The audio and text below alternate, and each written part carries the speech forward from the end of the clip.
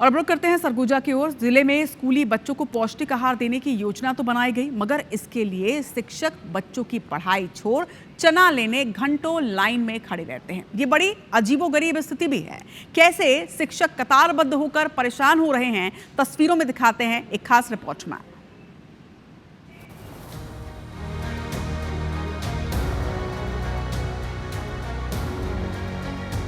Ambikapur BEO कार्यालय के बाहर लगी लंबी लाइन और घंटों कतार में लगे ये लोग सरगुजा के वो शिक्षक हैं जो बच्चों की पढ़ाई छोड़कर जिला प्रशासन के फरमान के कारण यहाँ लाइन लगाए हुए हैं।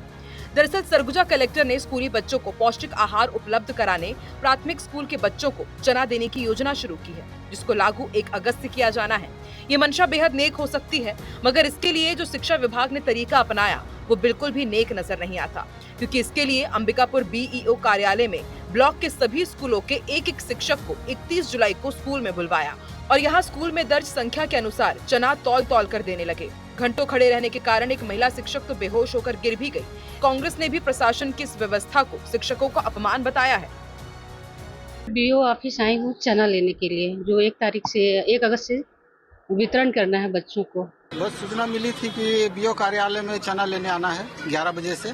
अंबिकापुर विकास खंड के जितने संकुल है उसके अंतर्गत वो सब लोग आए हैं। यहाँ पर क्या है कि हम लोग बीओ कार्यालय में खड़े हैं चना लेने के लिए 11 बजे से, और शासन की ये व्यवस्था थी पिछले वर्ष चना को सीधे हम यहाँ से आहरण कर रहे हैं ऑफिस से, लेकिन इसमें थोड़ा सा ना उठाव और ये इन चीजों में जो परेशानी शिक्षकों को हुई है। जितना अपमान और जितना अन्याय इस शासन और प्रशासन में हुआ है उतना अन्याय कभी नहीं हुआ। आज ये स्थिति है कि शिक्षक चना लेने के लिए लंबी कतार में खड़े हैं।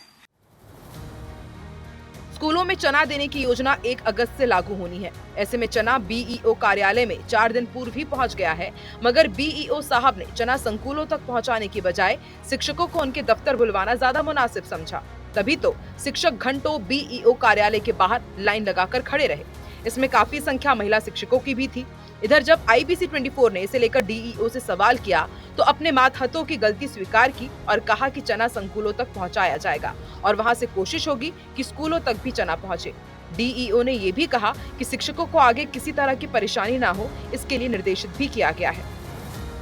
दरअसल निर्देश है संकुल स्तर तक पहुंचा के देने का। टीचर्स को कतई नहीं आना है और वो स्कूलों में पहुंचा के दिया जाएगा।